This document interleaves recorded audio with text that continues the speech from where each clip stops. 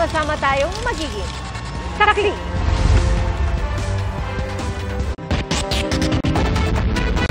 Malaking pagbabago sa liderato ng PNP, sibak bilang hepe ng pambansang pulisya, si Police General Nicolas Torre III. Ayon kay Interior Secretary John Vic Remulla, isa sa dahilan ang girian sa pagitan ni Torre at ng National Police Commission o NAPOLCOM. Pero ayon kay Remulla, kinukonsidera si Torre para sa ibang posisyon. Saksi, si Maki Pulido.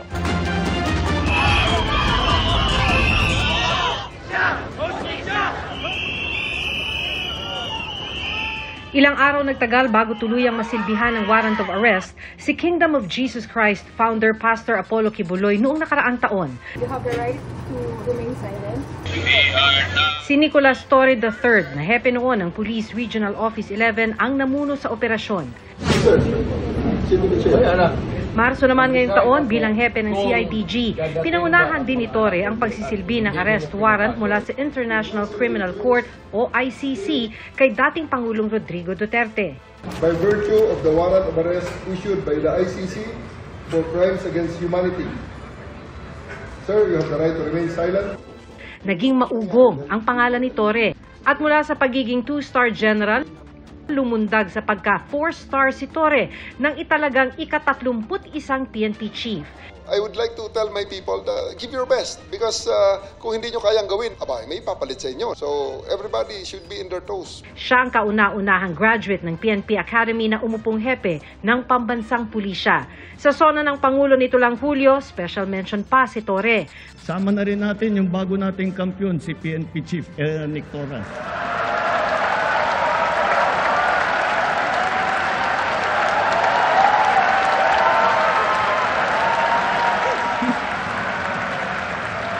Pero matapos ang halos 3 buwang pamumuno, sinibak sa pwesto ang PNP chief. Effective immediately ang utos na nagtatanggal sa kanya sa pwesto na nilagdaan kahapon ni Pangulong Bongbong Marcos. Ayon kay DILG Secretary John Vic Remulla, isa sa mga dahilan ay ang girian sa pagitan ni Torre at ng National Police Commission o NAPOLCOM. Hinarang ng NAPOLCOM ang pagbalasa ni Torre sa ilang matataas na opisyal ng PNP. Kabilang na riyan si Police Lieutenant General Jose Nartates Jr. na nooy Deputy Chief for Administration, ikalawang pinakamataas na opisyal ng PNP. Sabi ng NAPOLCOM, hindi dumaan sa NAPOLCOM Bank na pinamumunuan ni Remulla ang ipinag-utos na rigodon ni Torre.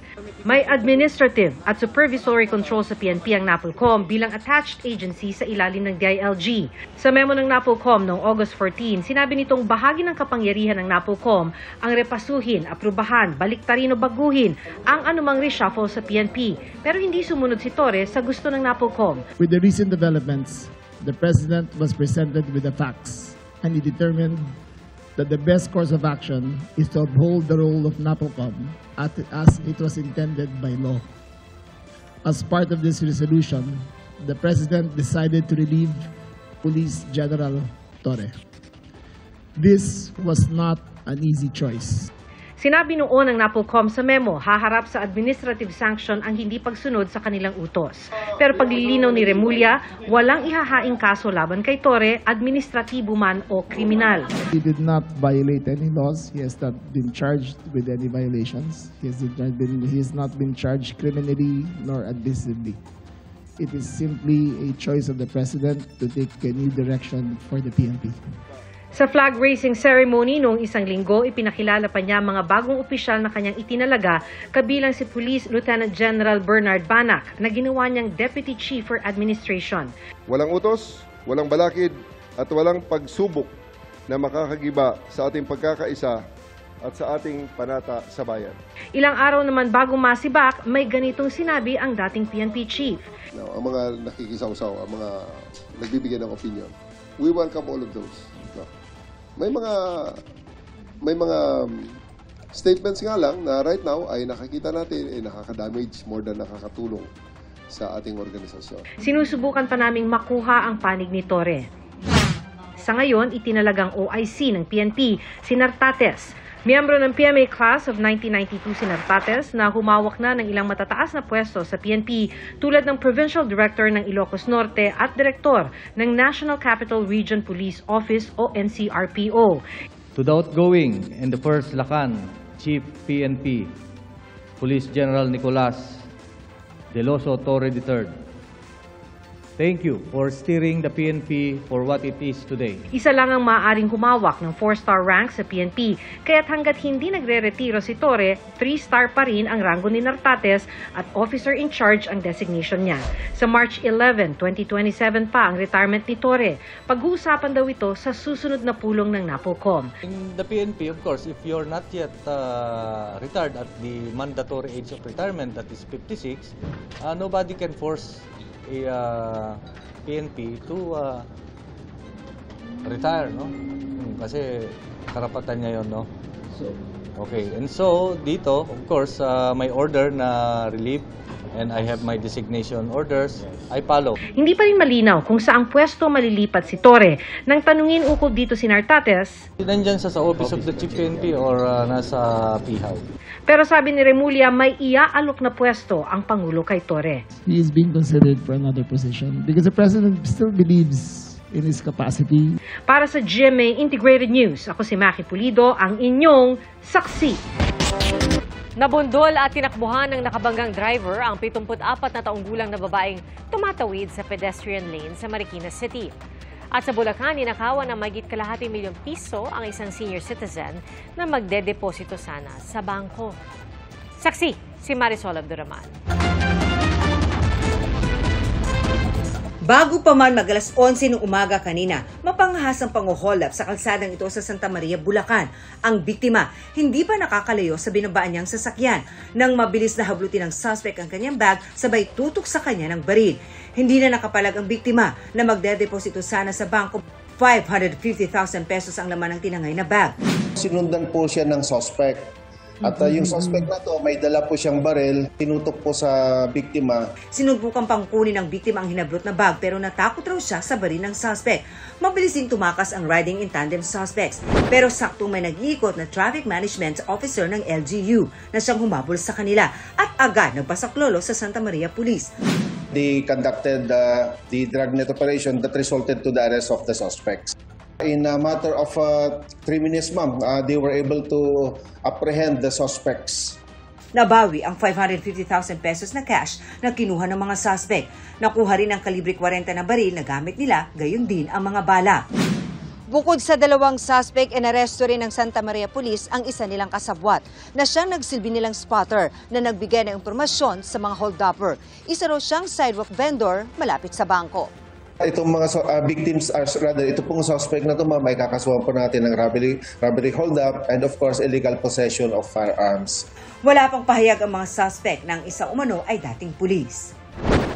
Madaling araw naman ng Sabado sa A. Bonifacio Avenue sa Marikina City. Nabundol ang sasakyan ang babaeng ito na tumatawid sa pedestrian lane. Tumilapon ang 74 na taong gulang na biktima. Pero sa halip na tumigil, dumiretso lang ang nakabanggang sasakyan. Nagtamo ang biktima ng hiwa sa noo at mga sugat sa iba pang bahagi ng katawan.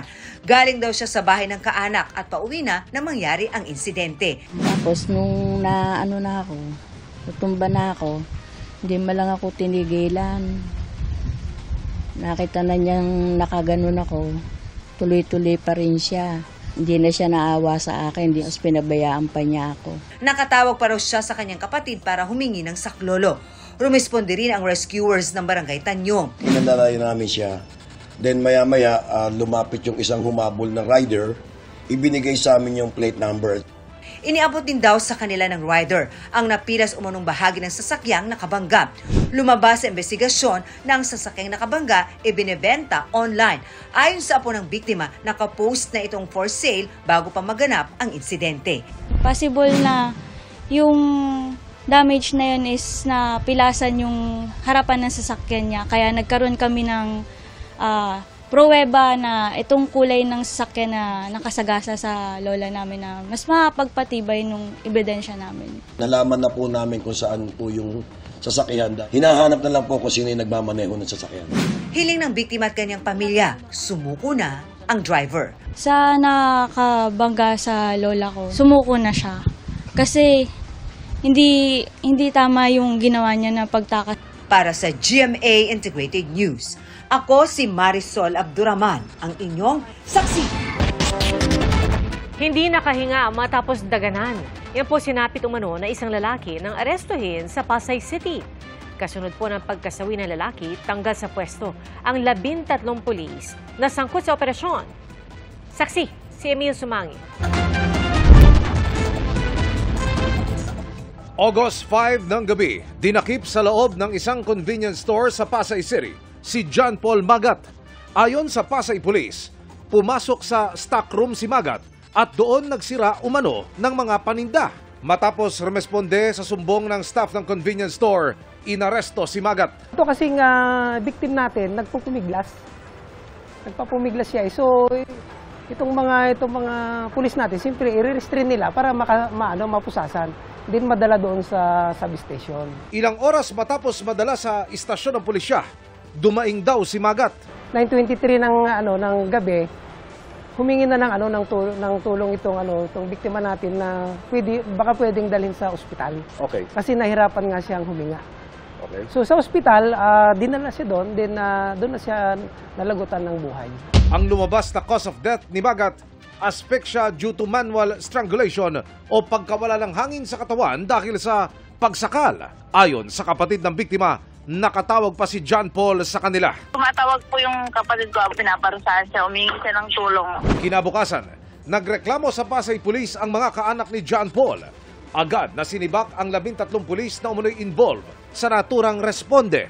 6 sa kanila mula sa Pasay Police Substation 5 na nakakasakop ng convenience store. 6 na iba pa ang mula naman sa District Mobile Force Battalion ng Southern Police District. At 1 mula sa Regional Mobile Force Battalion na pawang assigned sa Pasay bilang augmentation force. Pakayag ng hepe ng Pasay Police. Through CCTVs, nakita namin yung talagang totoong nangyari. Actually, dinapaan kasi nila yun eh. Parang nakadapa yung biktima natin. So, kasi nagpupumigla, siyempre, pupusasan nila, dinapaan nila. Okay. So, most likely, yun ang dahilan bakit siya nasuffocate. Hindi naman ibig sabihin na sinakal talaga. Na gano'n na kamay. Pwedeng yung madaganan, gano'n dito sa liig. Hindi pa inilalabas ng Pasay Police ang kuha ng CCTV. Pero pangako ng kanilang hepe, lalabas ang totoo. Wala kaming pinapanigan dito. Kinasuhan na ang 13 pulis ng maltreatment of prisoners at reckless imprudence resulting to homicide. Nakatakda silang i-custody sa Camp Bagong Diwa sa Taguig habang gumugulong ang investigasyon. Sinusubukan pa naming makuha ang kanilang panig, pero ang pamilya Magat masaya na sa pag-usad ng kaso. Masaya po kami kasi nabigyan ng hustisya yung kapatid ko. Ano ba sa palagay nyo? Meron ba talagang foul play ito? Meron po. Lagi po kasi siya nagmumulto sa amin eh. Naghingi pa rin siya ng tulong. Ayun, nasagot na. Nasibak na yung mga gumawa sa kanya yan. Pulis po, nakamit namin. Pumasakit namin ang nangyari kay John Paul. Para sa GMA Integrated News, ako si Emil Sumangil, ang inyong saksi. Naharap sa patong-patong na reklamo si DPWH District Engineer Abelardo Calalo dahil sa tangkang panunuhol umano kay Batangas 1st District Representative Leandro Leviste. Alok ni Leviste kay Calalo maging state witness at ilabas ang nalalaman niya tungkol sa katiwalian. Saksi, si Ian Cruz. Reklamong direct bribery, corruption of public officials, at paglabag sa Anti-Graft and Corrupt Practices Act. Yan ang kinakaharap ni District Engineer Abelardo Calalo matapos maaresto dahil sa tangkang panunuhol umano kay Batangas 1st District Representative Leandro Leviste. Isinampa ni Leviste ang patong-patong na reklamo sa Office of the Provincial Prosecutor ng Batangas kanina. Engineer, bakit po kayo may dalang 3 million? Kwento ni Leviste, ang sabi sa kanya ni Calalo, natutuwa ang mga kontraktor sa kanyang mga programa kaya gusto nilang magpadala ng tinawag daw nitong suporta. May isang kontraktor na handa na raw mag-withdraw ng initial na 15 million pesos cash para sa akin kinabukasan. Yung 3.1 million pesos naman na dala ni DE ay 3% mula sa isang kontraktor na may 104 million pesos in projects na may resibo at komputasyon sa supot ng pera na dala ni DE.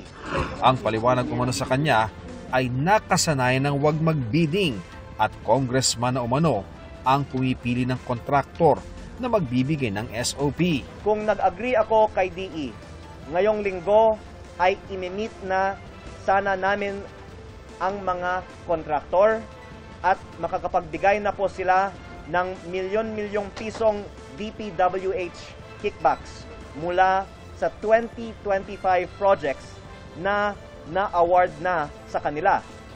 Sa loob ng 3 taon, aabot po siguro sa mahigit 1 billion pesos ang DPWH project kickbacks na nakalaan para sa congressman ng unang distrito ng Batangas. Alam ni Leviste na mas malawak pa ang sistema ng korupsyon, kaya umaasa siyang papayag si Calalo na magsilbing state witness. I proposed to Engineer Calalo when we crossed paths in the office of the provincial prosecutor earlier that he turn state witness and help us uncover corruption in the DPWH system. Ano pong tugon niya? Sa ngayon po, siguro medyo overwhelmed lang si engineer sa maraming mga nangyayari, kaya pinagdadasal ko na lang po na hindi man siya pa nakakapagsalita, magre-reflect po siya na sana ito po ay magiging isang public service din niya sa ating bansa. Engineer, paano kung alukin kayo mag-state witness? Papayag ba kayo? No comment, no comment. Attorney, kung alukin po siya. Ayon sa isa sa mga abogado ni Engineer Calalo, pinag-aaralan pa rin nila kung hilingin sa piskalya na magsagawa muna ng preliminary investigation patungkol sa reklamo. Para sa GMA Integrated News, ako si Ian Cruz, ang inyong saksi. Mga kapuso, maging una sa saksi. Mag-subscribe sa GMA Integrated News sa YouTube para sa iba't ibang balita.